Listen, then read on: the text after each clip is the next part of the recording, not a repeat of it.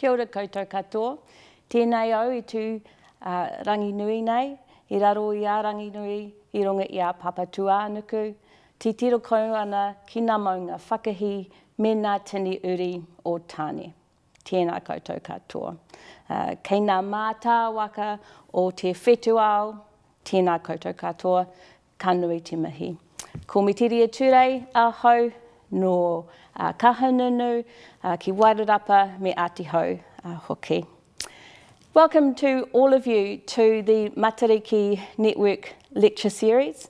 My name is Mitiria Ture. I am descended from Kahununu and from Hau here in Aotearoa, New Zealand, and I work in the law faculty at the University of Otago.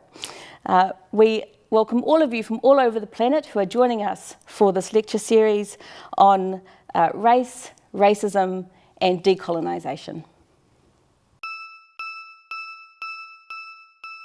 Matariki is the Māori name for the star cluster Pleiades, also known as the Seven Sisters. Matariki is also the name for an international network of 7 universities that are distinguished by their historic traditions and unique approach to facing contemporary challenges. The Matariki Lecture Series offers a short program of lectures addressing current research themes or areas of common interest. This time, the lecture series is on race, racism, and decolonisation, with a specific focus on decolonisation. Tēnā koutou katoa, he mihi nui ki te mana whenua o tēnei rohi, kaitahu, waitaha, kate mamoe, ki ngā mauna whakahi, ki ne wai tiri nei, ki ngā rangatira huhua, tēnei te mihi, tēnei te mihi.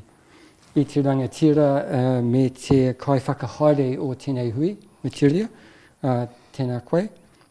I ngā kai korero o te rā, ngā mihi nui kia koutou, I ngā tauira, I ngā homahi, I ngā tangata katoa, tēnā koutou, tēnā koutou, tēnā tātou katoa.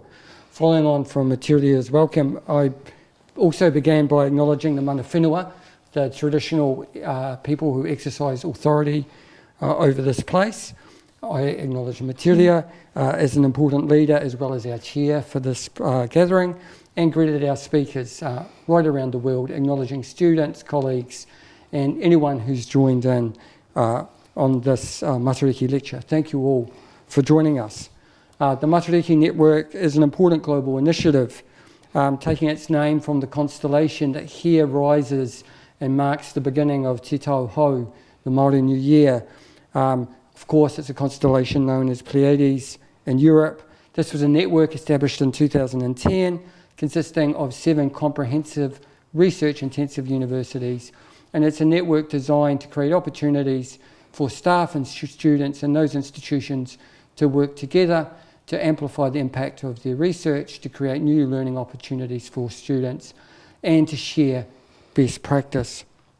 At the heart of the network is a desire to create opportunities for multilateral cooperation and research and education for all our staff and students. One particularly important manifestation of this commitment is the Matariki lecture. That lecture is designed to speak to critical issues not only for the members of the network but for humanity more generally. And the themes for this lecture series this year, race, racism, decolonisation, speak to a set of urgent issues that are central to many societies across the globe. So I am Tony Ballantyne. I'm a Professor of History here at the University and I'm the Deputy Vice-Chancellor of External Engagement. But speaking as a historian, many researchers have shown the way in which empire building, colonisation and colonial rule created and calcified pernicious and abiding cultural hierarchies that were used to justify slavery, to legitimate the extraction of land and resources from Indigenous peoples, and to enable the alienation of sovereignty and cultural autonomy. And these processes embedded race and racism at the heart of modernity, not just in colonial societies, but also in the societies that built empires and profited from them.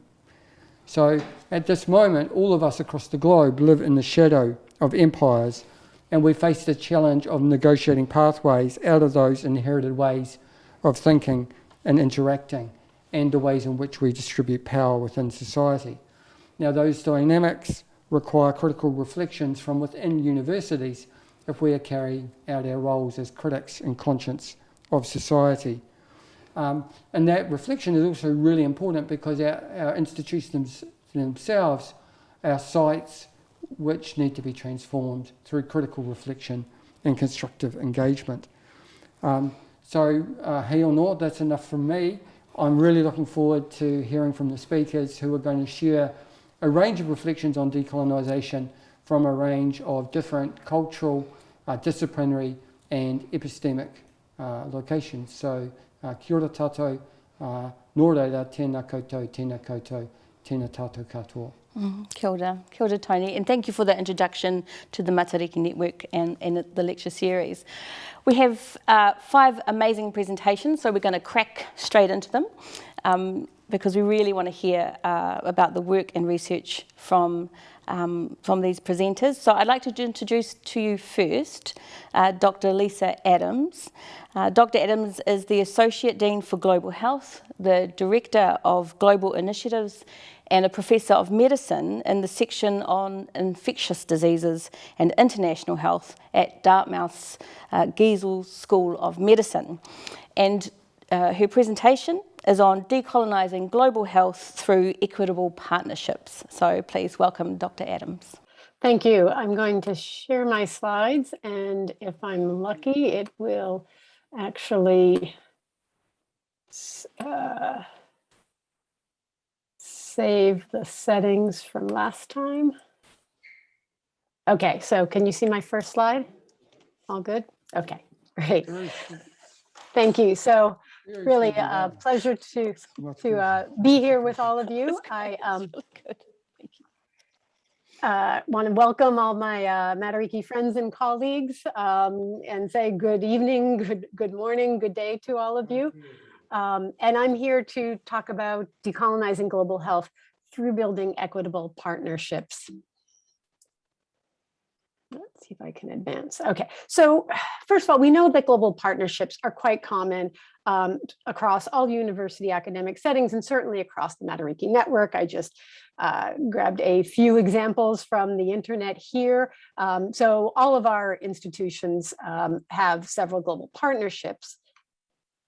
And if we think about global health collaborations, many of us may be saying, well, this is really a lot of what I do. This is my sort of bread and butter of my work.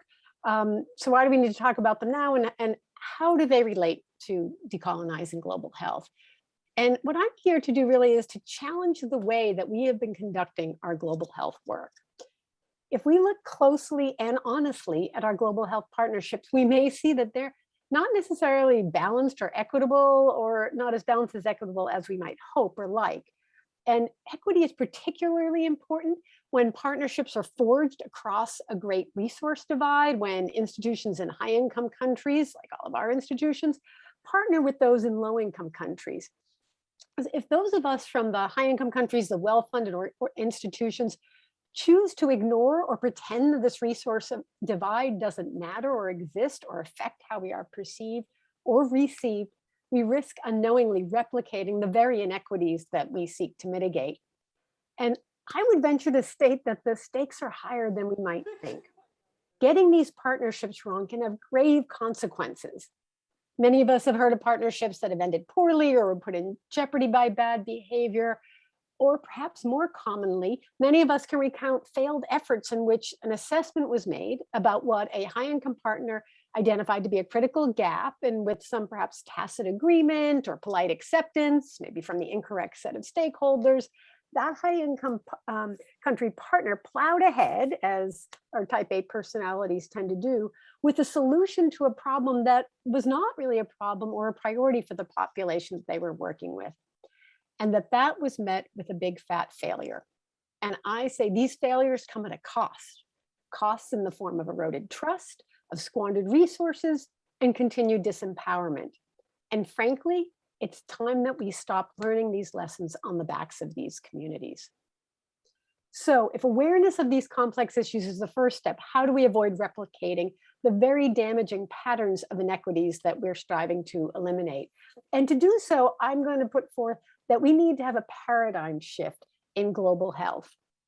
Global health, how we conduct ourselves in our global health partnerships. And I'm going to offer 4 major paradigm shifts to get us started.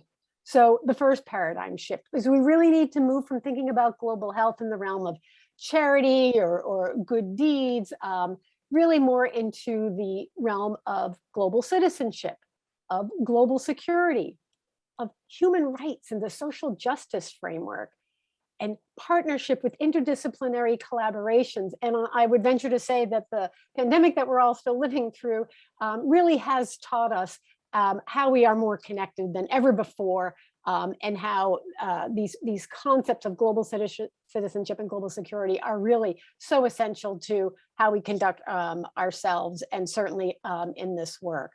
The other piece too that I will say is I think we need to recognize global health as a rigorous academic discipline unto itself. I often said we wouldn't want sort of a internist, internal medicine doctor who dabbles in surgery to take out your appendix. Well, I don't think we want to encourage people who sort of dabble in global health work. I want us to recognize that this is a well-founded, now well-established and rigorous academic discipline. And so we're really talking about getting out of bringing it into sort of a feel-good moment for our students who go on these many of these short-term experiential learning opportunities, to think about the good, the bad, and perhaps the ugly from volunteering and voluntourism. And again, to ground ourselves and link ourselves with true academic partners who recognize the rigor that we need to bring to doing global health work. So a second paradigm shift. I think we need to remove that artificial distinction of global versus local. As a very astute colleague of mine once said, our global, whoever we are, our global is always someone else's local. So I think we need to think about that, why global settings might be more appealing to our students, so that if I ask a student, would you like to go work in this setting, with this family in some unidentified Southeast Asian country to do a global health project, they tend to get very excited, say yes. And why do you want to do that work? Well, I think I can make a difference. I think there's needs here that I can help serve. I think I can have some impact. And then if I show them sort of a more local setting, similar family, and say, would you want to go do some work with this family where there might be substance use disorder issues and what have you, and you know, this family living in rural poverty, which is something that we don't always really acknowledge in the United States. And they say, well, I don't know. I don't think I could have an impact there. I think the problems are too deeply entrenched. And what I think we need to recognize is that what's the difference between these two settings? It's not that there aren't deeply entrenched settings and deeply entrenched issues in both of these settings, but it's that we have a difference in our understanding of the context. And until we sort of dive really deeply and strive to understand context, historical legacies of the places where we work, we can't think about what our impact could or should or might be. And I think we have to think about the historical legacies and context where we work, whether that's across an ocean or across town. Paradigm shift number 3 is about saying it's not about pins on a map, that this is about bringing, certainly in the global health education sphere, our learners to the world and the world to our learners. And for that, I think it's really critical to practice reciprocity, to sort of equalize the benefits across the partnership. And so therefore, if we send a Dartmouth medical student like Nareth Carlisle to work in Tanzania, we have to be willing to accept and support students Good Luck and Jacob to come to Dartmouth Hitchcock Medical Center for their clinical training as well. And when you do that, I find it very revealing, because our clinical faculty said things like, gosh, Lisa, this is really hard. I have to orient them to, you know, our healthcare system, to our medical record, to how we get things done, to our medical culture. And I had to say, but don't you think our colleagues in Tanzania have to do that when we send our medical students there? And yet we would never hesitate to send our students abroad, thinking that they're doing something noble, they're doing something good, they're going to contribute and make a difference. And so I tell you that reciprocity piece is very eye-opening and a great education for some of our faculty as well. And then paradigm shift number 4 is just a reminder that this should not be about us, that this is about placing the partnership at the center of the work that we do. It's about focusing on process, not just outcomes. So it's not just what we achieve, but how we achieve it and how we achieve that together. Following our partners' lead, making sure that their priorities drive the agenda for the work that we do.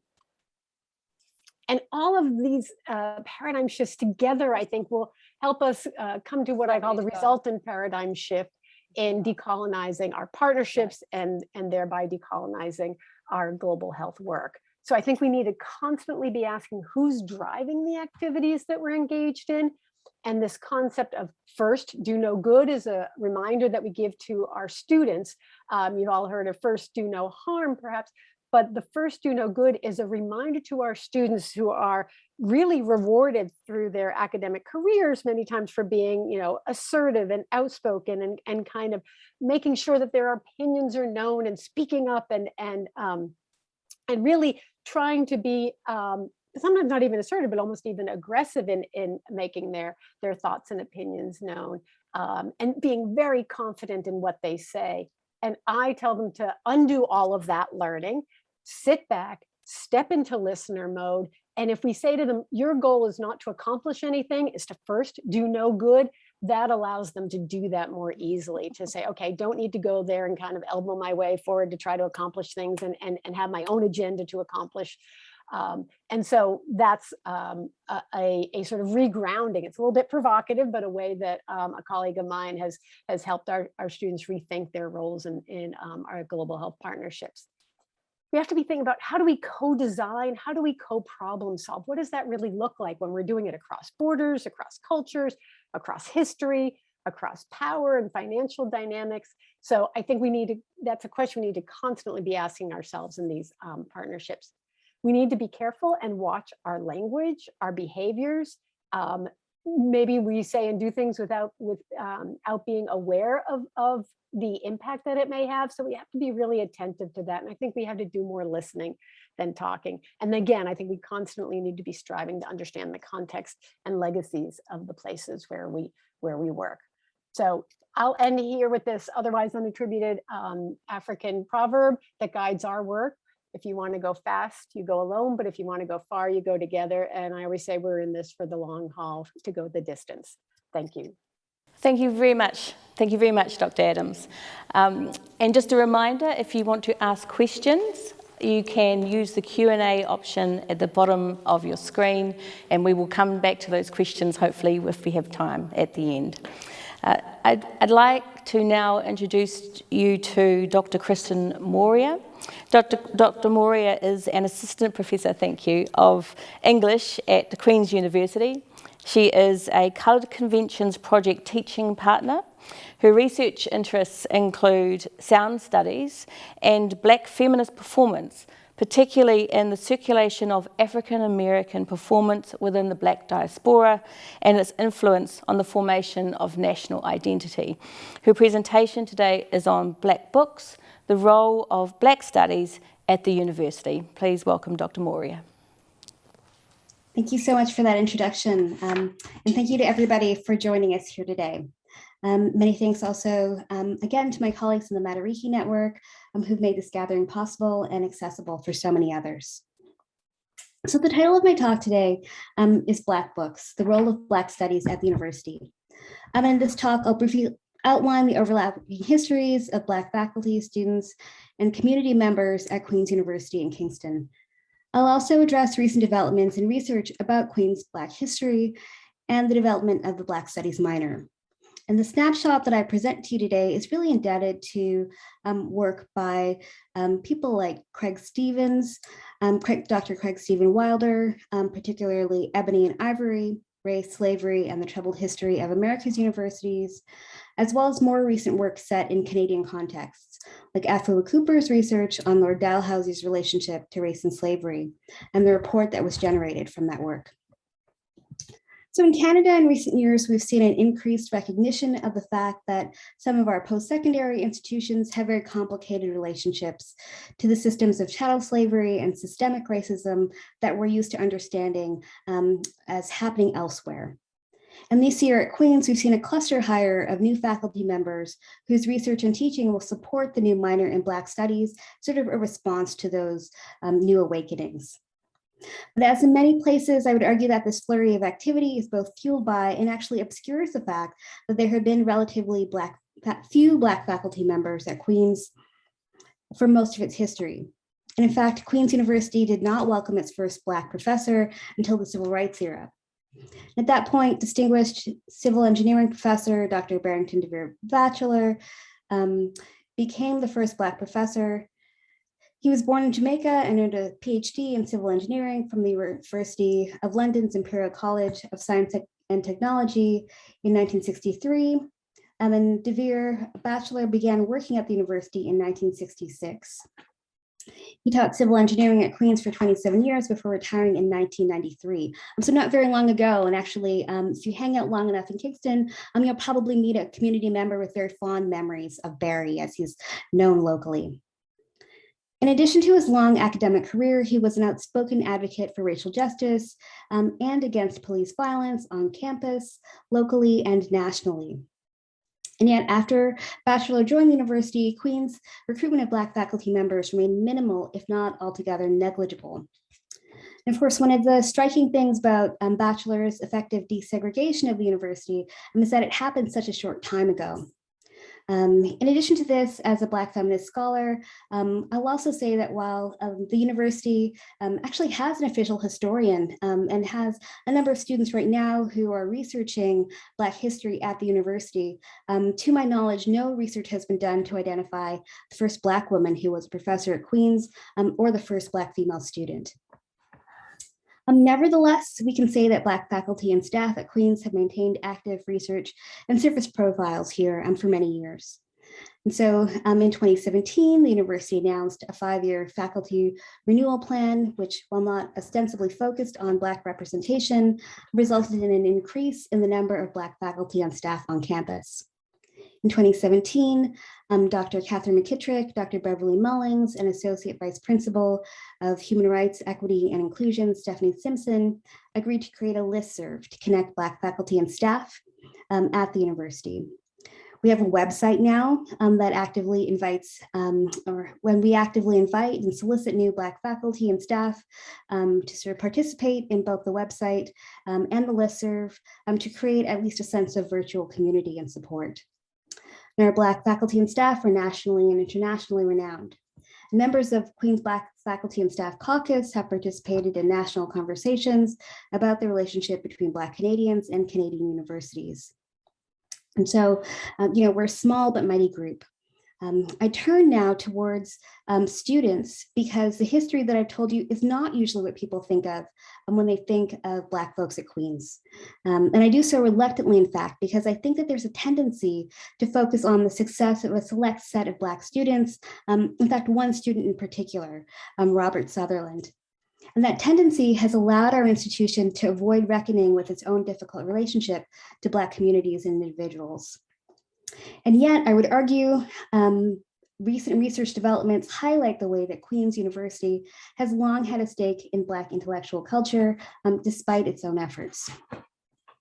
So I began working at Queen's in 2018, and as a new faculty member, I became fascinated by the figure of Robert Sutherland and his strange position on our campus.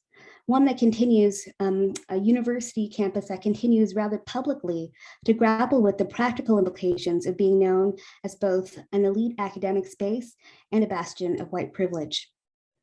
Robert Sutherland troubles that legacy. So born in Jamaica in 1830, Robert Sutherland is renowned for his contributions to Queen's University. He's presumed to be the first Black student at Queen's University and the university's first Black graduate. He was also British North America's first Black lawyer. His posthumous financial donation to the university famously kept the university afloat. His legacy is outstanding on institutional and national levels. When I came to Queens, I was struck by the fact that there's an endowed visitorship named for Sutherland. And although it's not specifically designated for Black scholars and intellectuals, past recipients have included people like David Austin, Lawrence Hill, and George Eliot Clark. There's a building named after him and a student prize named after him. And so Sutherland is often mentioned when people want to talk about Queens's relationship to Black people, particularly because Sutherland is said to have been struck by the fact that he was treated like a gentleman when he was a student at Queens. And he probably was. It wouldn't have been unusual for a privileged Black person from the colonies to be educated abroad. And he may have been legible to others as just such a person, even as historians have questions around whether or not he was phenotypically Black. We don't know whether or not he was passing when he was a student. With these complicated histories in mind, in 2019, I began researching Sutherland, and I started some critical conversations with two university archivists, Heather Home and Deidre Bryan. I hired a research assistant to help them with a project that they had long been interested in which I also became fascinated with, and which I believe is sort of one of the things that we might prioritize at the university as we move forward. And it's the recovery of Robert Sutherland's library. You see, in addition to donating an incredibly generous sum of money to the university, Sutherland also donated his rather impressive library. In fact, at one point, his books comprised the majority of Queen's library holdings. And Sutherland, I should say, is not the only donor whose books were deaccessioned or somehow failed to be cataloged in a systematic way. In fact, that there are a number of sort of lost libraries on record at the university. But this summer, in a moment of serendipity, a librarian from the Rare Books Library, who had also learned about the project, was able to actually go down into some of the stacks at the Rare Books Library and identify 3 books, one of which I am pleased to share with you today, or which I will actually attempt to share with you based on the success of my,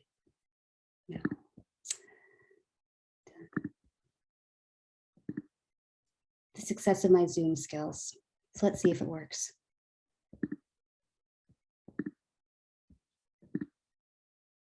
And so there it is. In some ways, it's sort of unremarkable and perhaps not what we would expect from somebody who has this kind of position in both Queen's history and in Black history in Canada, right? It's sort of it's just a practical treatise of office and duties of coroners in Upper Canada. It doesn't have anything that would specifically delineate it as being significant to some of Sutherland's own interests. He was known in the community that he eventually settled in Waterloo, Ontario, as somebody who really went out of his way to advocate for Black immigrants, refugees from the United States, people who crossed the border and sort of settled in that area. But this is a practical, it's a practical book that certainly would have helped him in his work. So this is one of the books that he would have donated to the university. And the librarian was able to identify it because that is in fact his signature. And so one of the interesting things about Sutherland is that there are no extant photographs of him. So one of the things that becomes important when you're searching for Robert Sutherland is being able to identify his signature. Taken as individual items, the books in the library only tell a partial story. But I think that if we can figure out what Sutherland was reading, we might be able to make stronger claims about how his studies at Queen's impacted his life's work. If we can figure out what Sutherland was reading, we might be able to make claims about how his books impacted Queen's students in the 19th century and beyond. We do not yet know the full impact of his intellectual reach, and it will be years before we do, but we are getting there. So what do these books have to do with Black studies as it stands at Queen's, you might ask?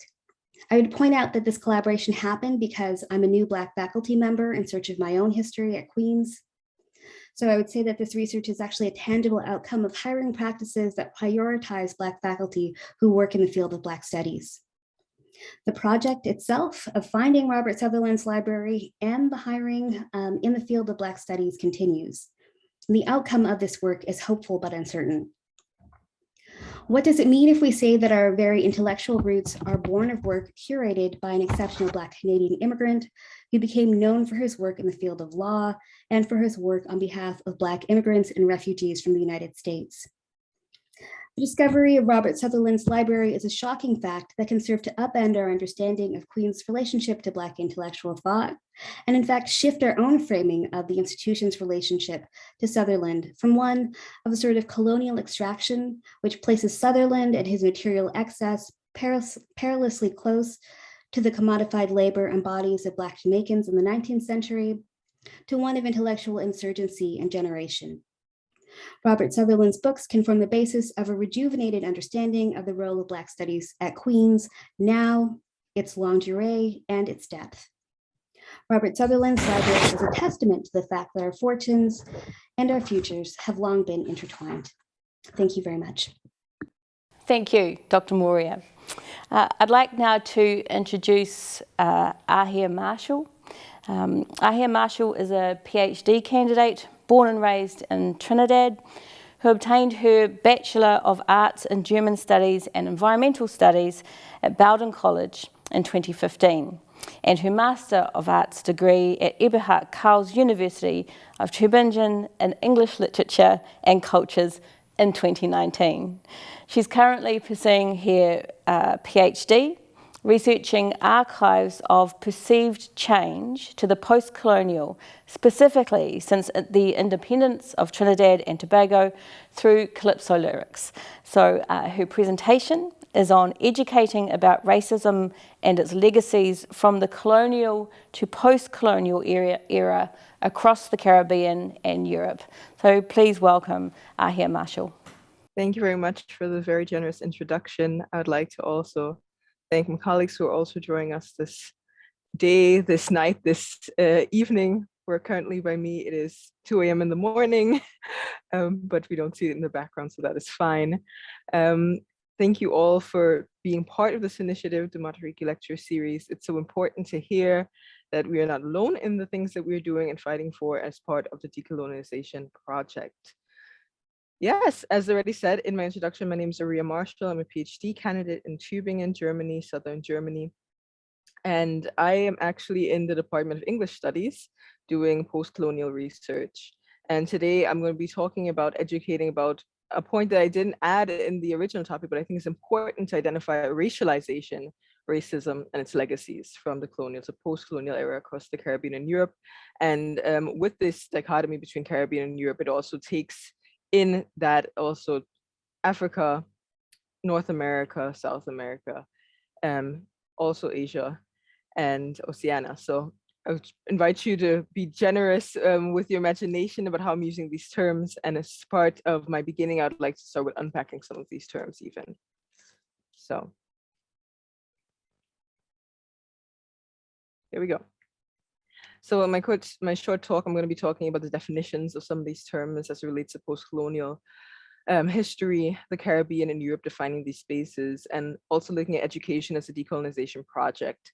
Part of my PhD, as already mentioned, is looking at Calypso, Trinidadian Calypso, as an archive that has not been looked at in looking at the post-colonial Caribbean and also world history, looking at sung archives, oral archives, that as part of my research, I'm actually doing transcriptions that they'll also be available as text.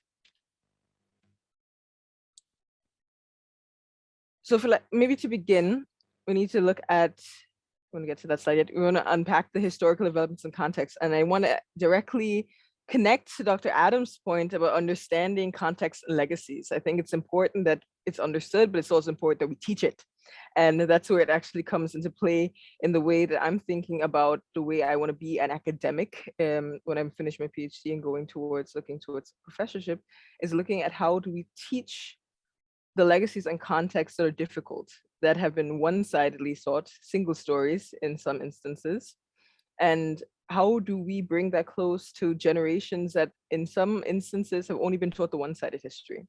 And understanding that this history that needs to be unpacked should not be for the distinguished few in academia, but also at the primary, secondary school level. I also like to directly connect what Dr. Moria said about these intertwined fortunes and futures. We need to understand that they have been intertwined. If you look at the Caribbean, for example, we're really looking at a space in which you say the development into world history has been intertwined with what has happened in other continents, what's been decided in other continents.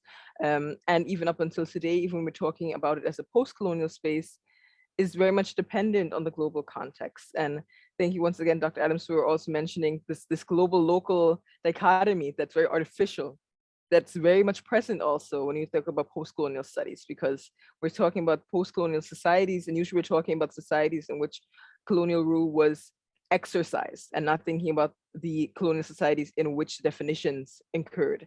And it's important to look at both sides as post-colonial societies. And that's why we want to look towards Europe as well. I mean, also positioning myself as a Caribbean scholar. I was born and raised in Trinidad and Tobago, had my tertiary education in the United States and here in Germany, but looking also at this definition of Europe, what does it incur historically? What types of legacies does it incur in the spaces that I belong to as an individual, but also important for the history and unpacking of it, and relevance also for the learners in the context that I have. And of course, looking at beyond colonial encounters. This is an important part of looking at racialization and racism, because when you look towards the Caribbean and you're looking beyond the pre-colonial encounters that were there, that we only have the archaeological record and DNA history really to give us an idea of what was there, we could actually see that the start of what actually is known about world history in the Caribbean are colonial encounters. And that actually first changed with Haiti being the first Black republic. But that didn't really see the continued wave in the Caribbean as a whole. I'm talking about the Caribbean, not just the Anglophone Caribbean, not just the Hispanophone Caribbean, but the Caribbean geographically defined, also coastal Caribbean. We actually see that beyond colonial encounters leads us to post-independence. And when we're talking about post-independence, we're not talking about only sovereign states, because then we wouldn't be talking about the Caribbean as a whole anymore. There are non-sovereign states still in the Caribbean, and understanding this is a part of legacy and fortune that's still going on. But that brings us to the question of what is the role of decolonization? Because that's the reason we're all sitting here today, to have this discussion. And I would like to borrow Shannon Moria from the University of Cape Town's definition that decolonization as an extension is a hard term to define, really, as it relates to knowledge and curricula.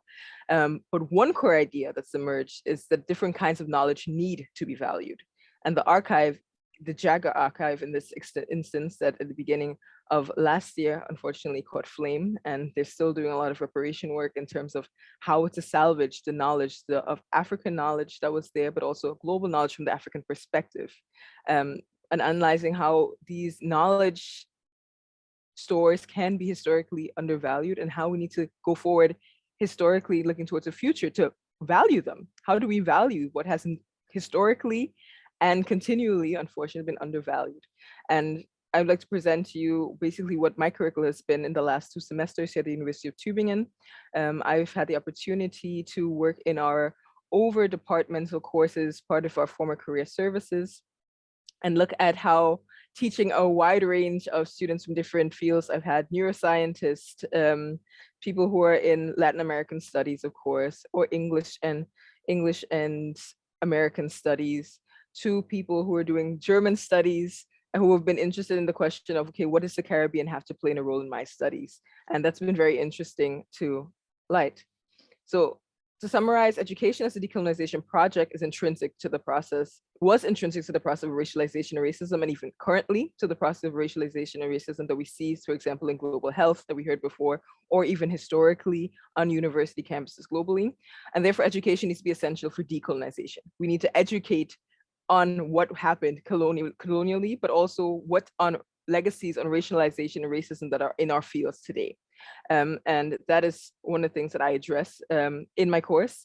One of the things that I like to present when I do my courses is actual primary sources. As you can see on my slide, I do a lot of archive work when I go back to the Caribbean and try to really show students here that their newspapers, it's giving this basic understanding that there is a commonality across culture, and what these newspapers, for example, define also culturally, historically. Here you see the Independence newspaper of Trinidad and Tobago, issued on August 31st, 1962, and also looking at symbology. As I mentioned, I study basically Calypso, but also looking at how different media really represent each other and are replayed in each other. For example, the national motto of Trinidad and Tobago, discipline, production, and tolerance, is something that isn't just written here, but it's sung constantly. It's something that's hoisted on the flags. You see the Union Jack in this picture. One of the lyrics that constantly come up is the Union Jack went down and the Trinidadian colors got hoisted up. So this kind of played together.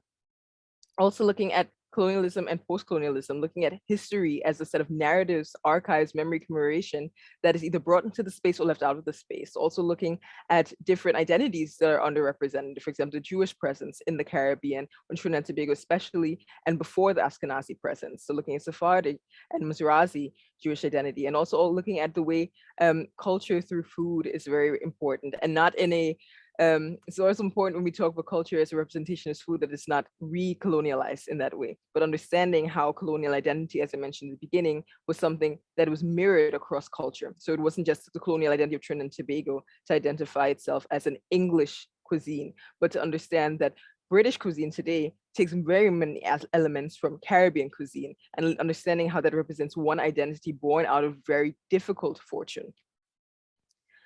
When I do my courses, I usually keep them short and keep them very much oriented towards the learner. So here you see one of the examples of how I teach my courses. On the first day, I give the course objectives and try to position the learners into what it means to be in global awareness. For example, last semester, I taught soundtracks to the post-colonial movements in the Caribbean, looking at the Caribbean space beyond reggae, for example, or beyond the few artist names that people know, or as a vacation space, looking at the topics of colonialism, looking at them historically. What does that mean? What does colonialism actually mean in this space? I also think it's important when we talk about decolonization that we talk about what specific iterations of colonialization that happened. I know that the final talk in our series today is going to be talking about settler colonization, but how that is just as one iteration of many different forms that were exercised.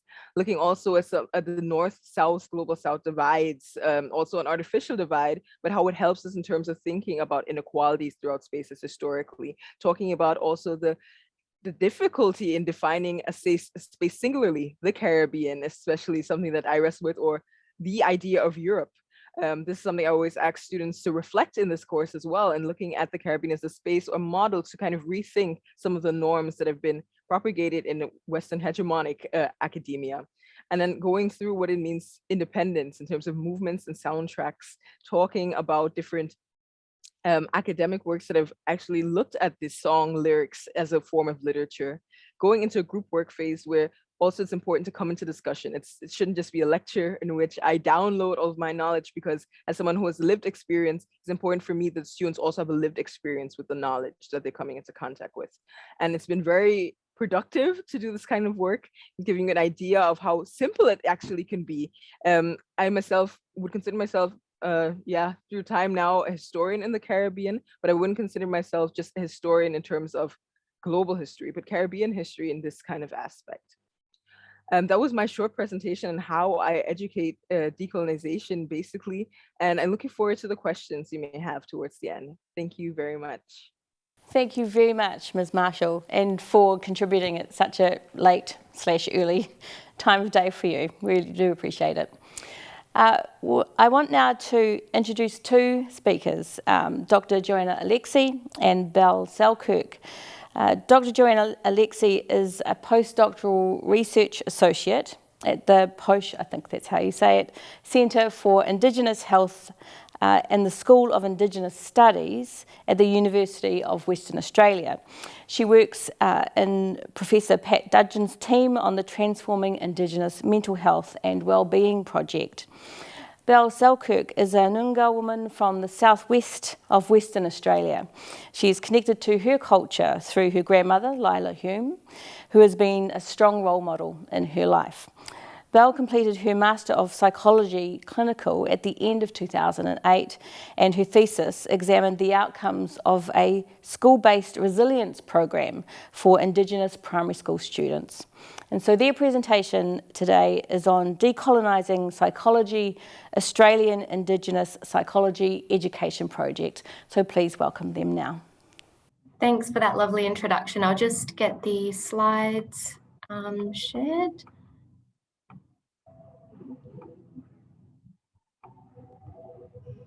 Great. Thanks so much for the introduction, and just really want to acknowledge everyone who is joining in the global community today.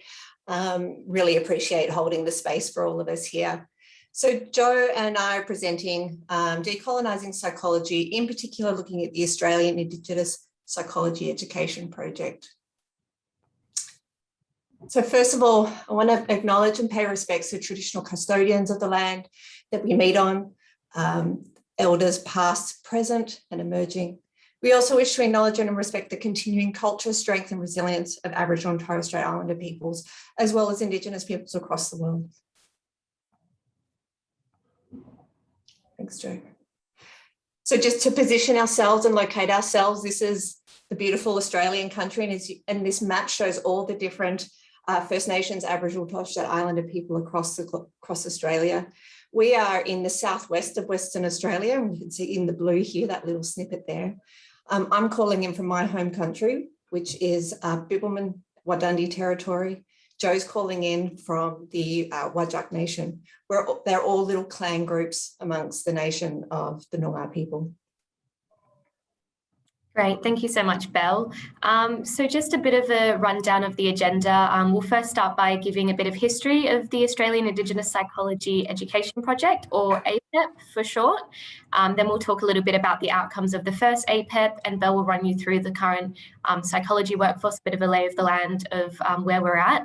And we'll talk to the revitalisation of APEP, APEP II, through the Transforming Indigenous Mental Health and Wellbeing project. And we'll talk a bit about the community of practice that's been built through APEP II. So just to give you a little bit of history about APEP. So the discipline of psychology historically has been developed from that very Western Eurocentric lens, and this has often excluded Aboriginal and Torres Strait Islander worldviews and conceptions of health and wellbeing. So before APEP, there was little to no Aboriginal and Torres Strait Islander content in psychology higher education, but any content that was delivered was often delivered from that very colonial, deficit-focused standpoint. And the outcomes of this impacted Aboriginal and Torres Strait Islander students in that they felt that the content wasn't relevant, or it was very difficult to translate into their own cultural contexts. And the outcomes of this also impacted non-Indigenous students too, in that they lacked cultural responsiveness and knowledge when they were graduating from their psychology degrees. So APEP was funded in response to that underrepresentation of Aboriginal and Torres Strait Islander peoples in psychology, and also the lack of cultural responsiveness that we were seeing in psychology education. And APEP was led by Professor Pat Dudgeon. So just a little bit of a rundown of some of the first aims of APEP 1 and the outcomes. So one of the aims was to increase Indigenous knowledge and content in undergraduate and postgraduate psychology training. And so a curriculum framework was developed, which really speaks to the different strategies and the different types of content that psychology education providers can embed in their curriculum, right from first year psychology all the way to postgraduate psychology.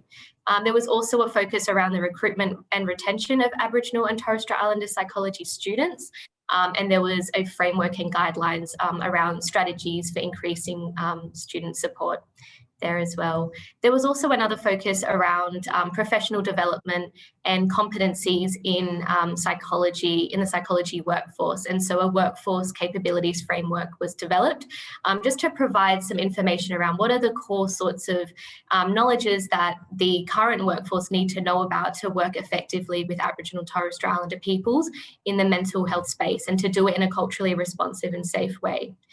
So one of the big outcomes, though, of the first APEP was that there was national backing from a number of psychology accrediting bodies.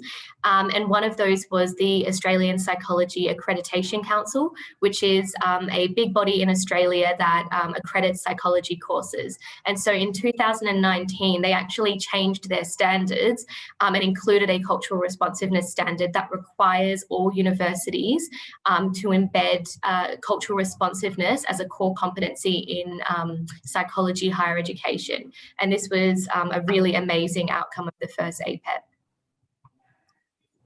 Yeah, absolutely.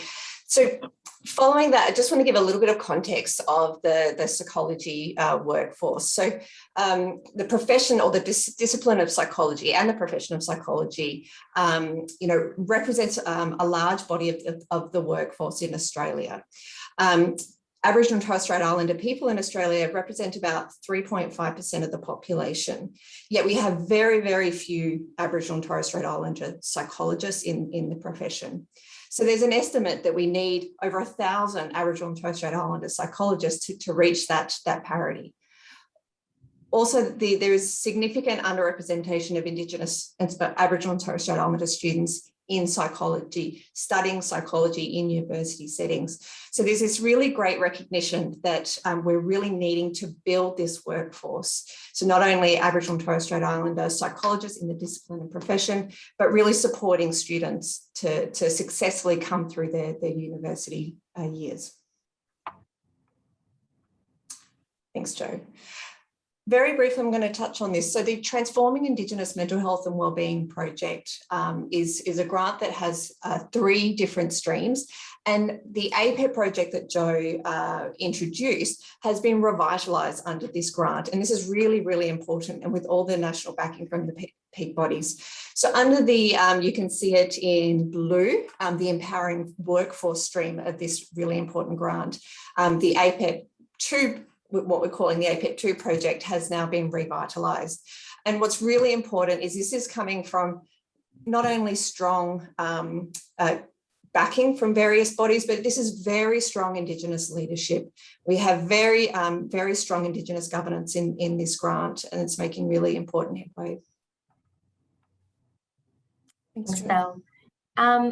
So just a little bit of a rundown then of the second iteration of APEP II. So we've been working in partnership with higher education providers to implement the findings from that first iteration of APEP through a number of different mechanisms and ways. One of those is building a community of practice with higher education providers to really build that support and capacity to actually make the curriculum transformations and to decolonise their psychology curricula. So we've had 29 universities nationwide sign up, and that's more than 70% of all universities across Australia, which is just an amazing outcome.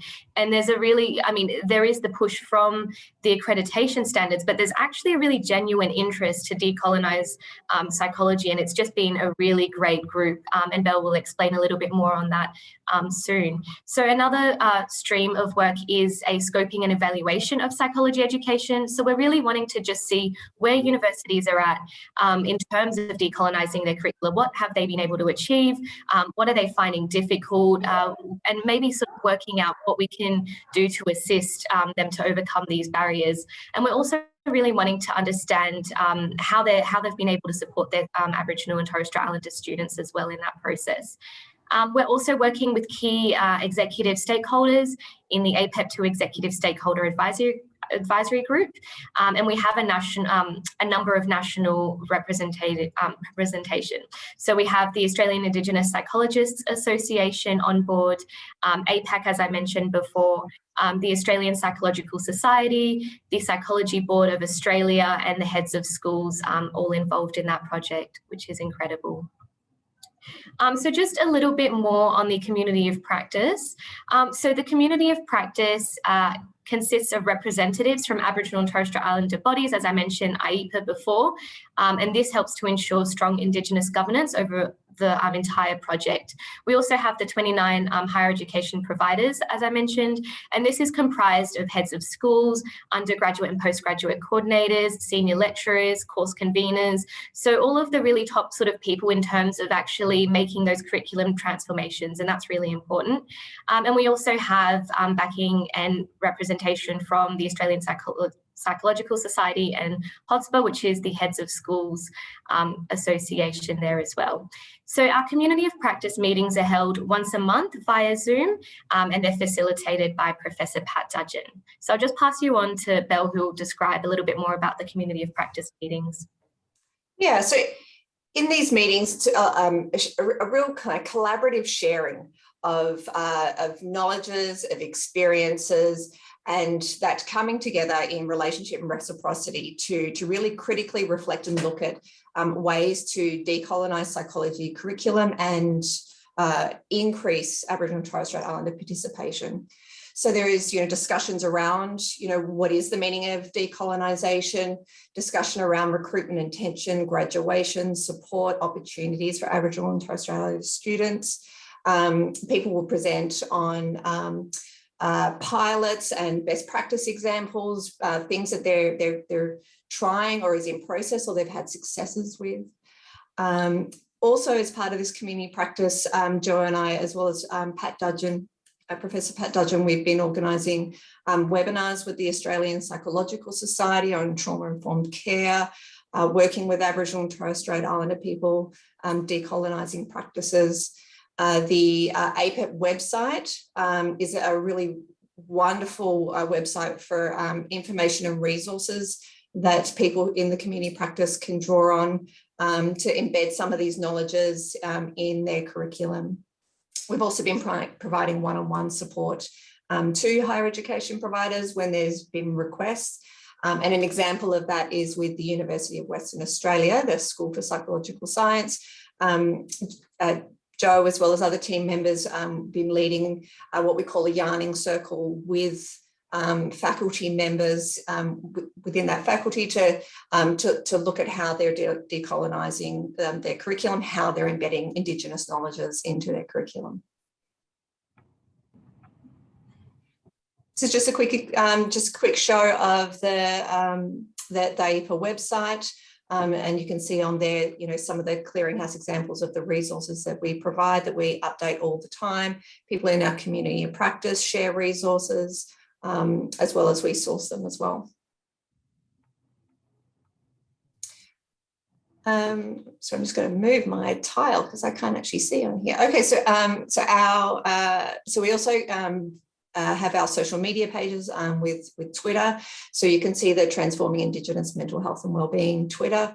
I also just want to mention the Centre for Best Practice in Aboriginal and Torres Strait Islander Suicide Prevention. That's one of our, our sister grants that we're very, very closely linked with as well, and has just a world of amazing information around, cultural resiliency and decolonising practices as well.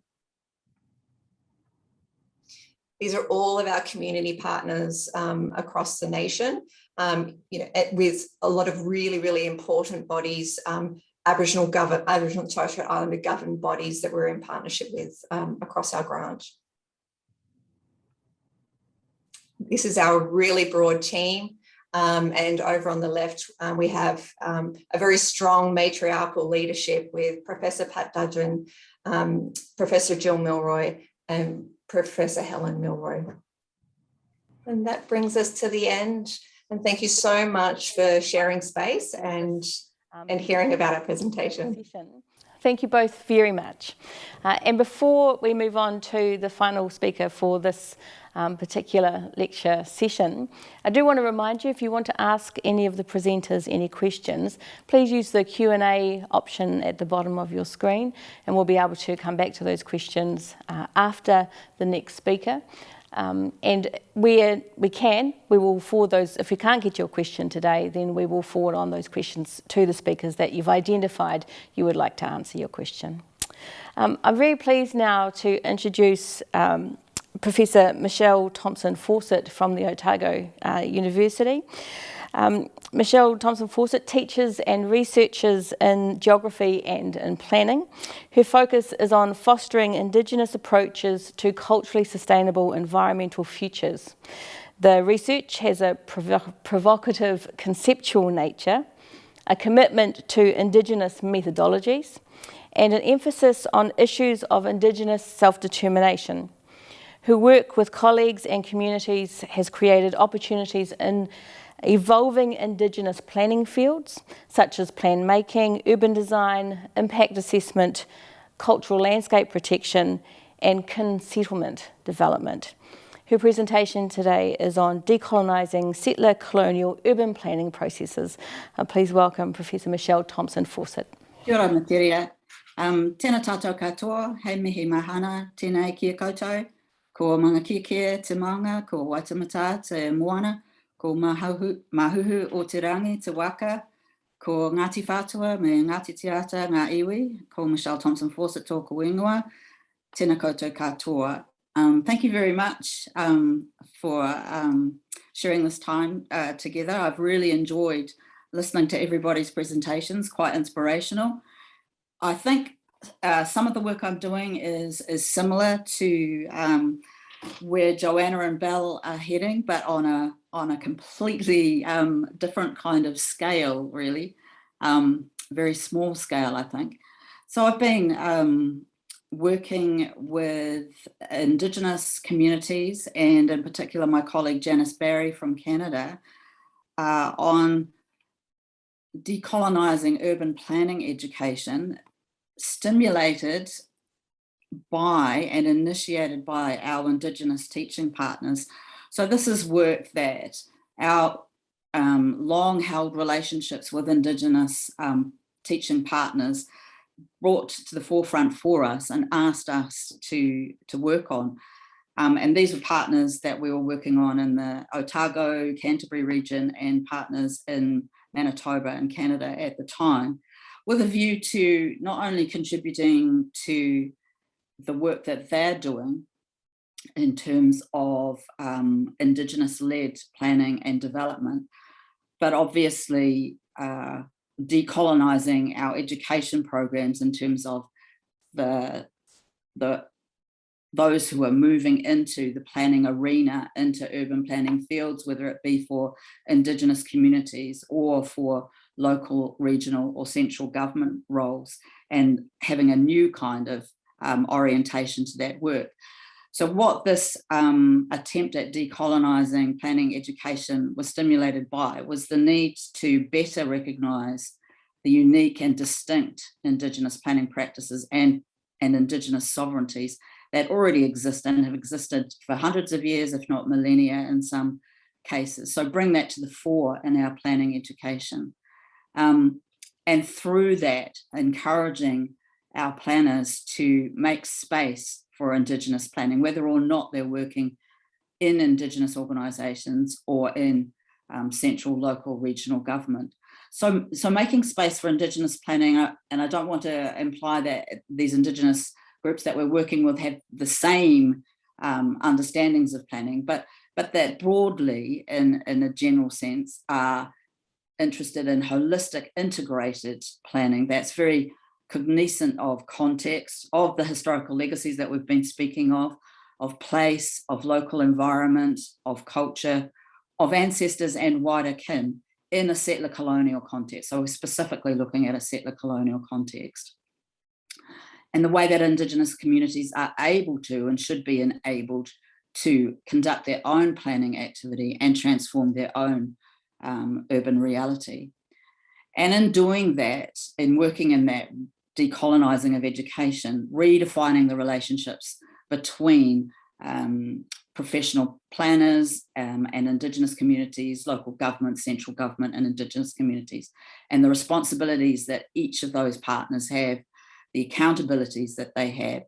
And in doing this, building on different types of pedagogy. So introducing different ways of teaching planning, and in particular for the work that Janice and I have been doing, working in the Indigenous space. So in New Zealand, working on a marae with Indigenous communities in their home space, and in Canada, working with First Nations on their First Nation reservation home spaces. So not being purely based in the classroom in our Western institutions.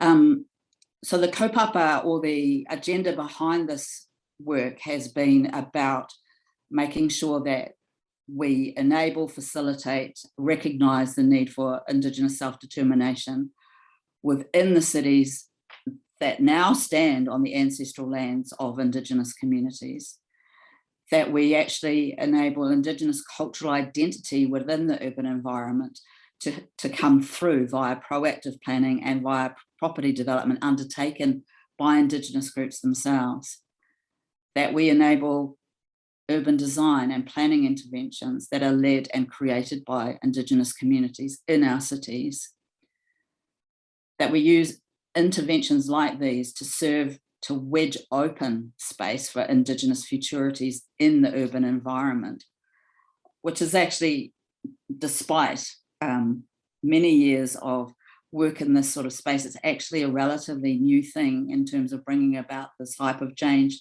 that we're wanting to see in our local and regional authorities. And these are futurities that activate the aspirations of both past, present, and future generations by offering a kind of map towards the next world that we're seeking, and keeping that within Indigenous holistic worldviews and intergenerational responsibilities. So the term Indigenous futurity is actually really useful to the work that we're doing. So what it signals in a planning education kind of context is that we're thinking far beyond and at a different scale to what planning is normally conceived of in the Western planning paradigm that is currently taught in our university planning institutions and programs. So futurity is about thinking really broadly and thinking about living out futures that were even planned by and conceived by our ancestors. So it operates across time in that respect. It operates across kin. It operates across space as well. So at a range of different scales, and also not been bound by the boundaries that have been set around our territorial areas in response to colonial activity. So thinking more broadly than territorial limits as they currently are conceived, to larger spaces, smaller spaces, and different spaces as well. And it's about envisioning the future with a past, present, or coming, and making that knowable through the types of practices that we undertake. So building on the work of Janice and Julian Agerman, they've been talking about recently Indigenous urban planning and decolonising Indigenous urban planning in the context of the USA, and talking about the need to disrupt and disrupt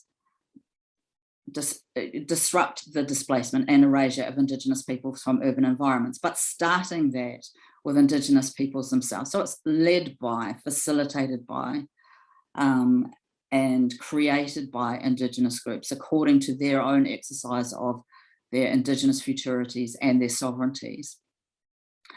So what we see in a lot of urban planning literature that tries to consider the question of Indigenous futures in urban places is that it's about inclusion or participation of Indigenous groups in planning processes. Whereas what we're saying here is that actually we're seeking to move way beyond that, so that it's not about focusing on Indigenous inclusion within settler colonial planning systems. Instead, it's about thinking beyond that, so that we're considering Indigenous communities as partners or as equivalent governments that are not subject to the sanction of settler colonial planning processes or systems that exist at present. So moving beyond that space.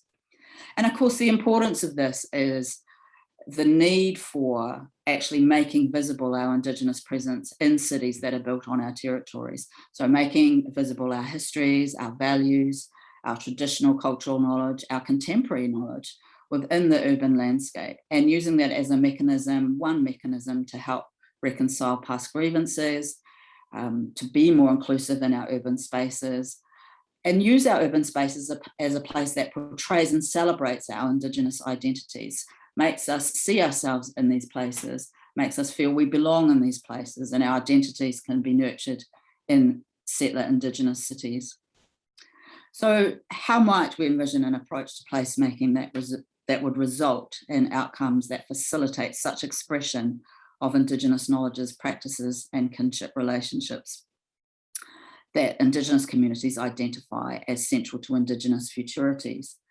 The key route in that we've been using in our research in this area has been in response to the settlement of Indigenous land claims. These are becoming more common internationally, and particularly obviously in the New Zealand and the Canadian context. And the result of this is also that Indigenous peoples are increasingly acquiring land within and adjacent to existing municipalities and city areas, which wasn't necessarily the case before, and are now developing a presence within those cities that they haven't otherwise had.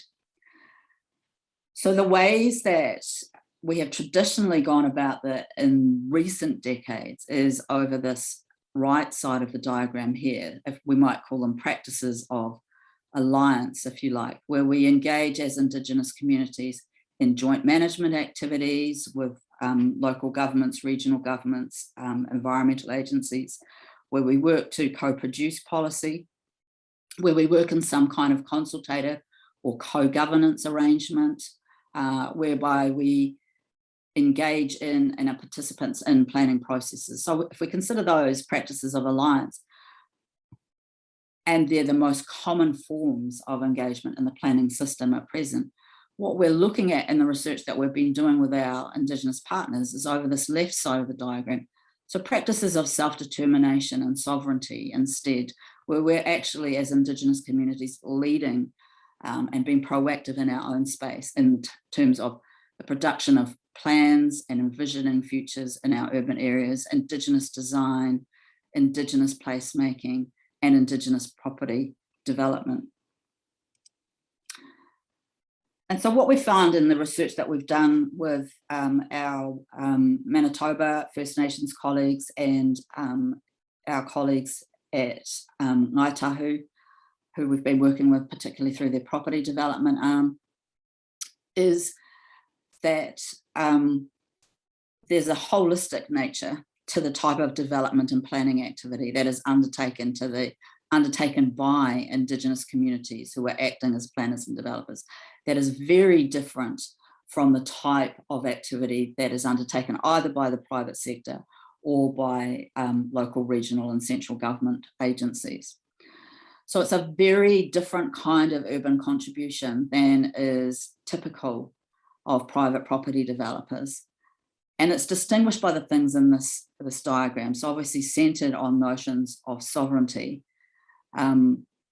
These aren't all the values, but these are some of the values that we've collated from the groups that we've been working with that have defined the types of projects that they've been involved in and how those projects looked, the processes of creating them, and the kind of outcomes they achieve on the ground. But essentially it's about recognizing interconnectedness and interrelationships between living and non-living entities. So integrating environmental systems, ecosystems, social, cultural, justice issues, well-being and health, economic, political issues, spiritual and metaphysical issues, as well as intergenerational things. So that interlinking across total systems in time and space at multiple scales, not just parts. And these are elements that are essential to the work of the Indigenous planners and Indigenous developers who are proactively undertaking their own work in the areas that we've been researching. And what we've found is that current planning processes have overwhelmingly, both in Canada in the examples we've been looking at and in New Zealand in the examples we've been looking at, treated proactive Indigenous planners and property developers as if they were any other stakeholder. So they haven't taken account of the really distinct particularities of Indigenous property developers and proactive Indigenous planners. No account has been taken of the long-held Indigenous values that underpin their businesses and their mode of operation. No account has been taken of the public duty that they have and that they feel to their tribal and sub-tribal communities. No account has been taken of the way in which they perform many of their functions. So functions that are often required of local authorities, particularly in the way that they proactively engage with Indigenous groups across the different tiers. So a tribal community and then sub-tribal communities. This type of engagement is not replicated in the private sector at all. And yet they are not recognised as a partner in the process when they're undertaking this work proactively themselves. So they're not recognised as an equivalent type of government to local government or municipalities that they're working with. So the work that we've been doing focuses on ways that we as planning educators can think again about legitimacy and authority in the planning arena, and governance roles in the planning arena, and in particular start decolonising these boundaries that have been drawn up in our planning systems and both the contexts that we've been working in. So on the left side, we see the traditional roles that are played by local government or municipalities. They are the planner. They do the public engagement and look after the public interest. They're the protector of the environment. They're the ones who consult others. Whereas those engaged in private sector development or undertaking new property work are those who should be planned for. They're private, they're proponents rather than protectors. They're the ones who get consulted, not the ones that consult. Yet what we're seeing in the property development companies and planning groups within Indigenous communities that we're working in is that these dualisms are completely blurred. So Indigenous property development and planning agencies tend to be both the planner and the planned. They're both working in the public interest and their private interest. They're both working as protector and proponent. They are the consultor as well as the consultee, and they're doing more consultation usually than what local government is doing itself. So from our perspective, this becomes an urgent issue. It becomes an urgent issue to change our planning system and change the planning education that we're giving to our up and coming planners that will be moving out into the planning arena in professional practice. And it's urgent in this case because of the number of treaty settlements that we're seeing taking place around the world in former colonial countries. It's urgent because these settlements are creating opportunities for Indigenous peoples to both acquire new land as a form of economic, political and cultural redress and to bring about opportunities.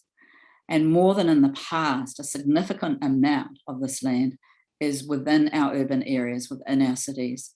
So we see Indigenous communities increasingly establishing these corporate type bodies that take on, in theory, from a professional practicing planner's perspective or a local body perspective, the role of an urban planner or property developer. However, they're not that kind of stakeholder at all. They really need to be treated as a treaty partner in the work that they're undertaking. And the urgency arises out of the extent of Indigenous planning and property development that's now beginning to take place. It's relatively recent. Even the earliest work really of any significant scale is really only been on the arena for 20 years. And it's accelerating at a very rapid pace and increasing in extent, both in New Zealand and Canada. And despite that extent of change, at the same time, there's a lack of appropriate adjustment by those working in municipalities and local authorities in terms of rethinking treaty partnership and post-treaty settlement entities. So, kia ora, thank you very much. That's my presentation.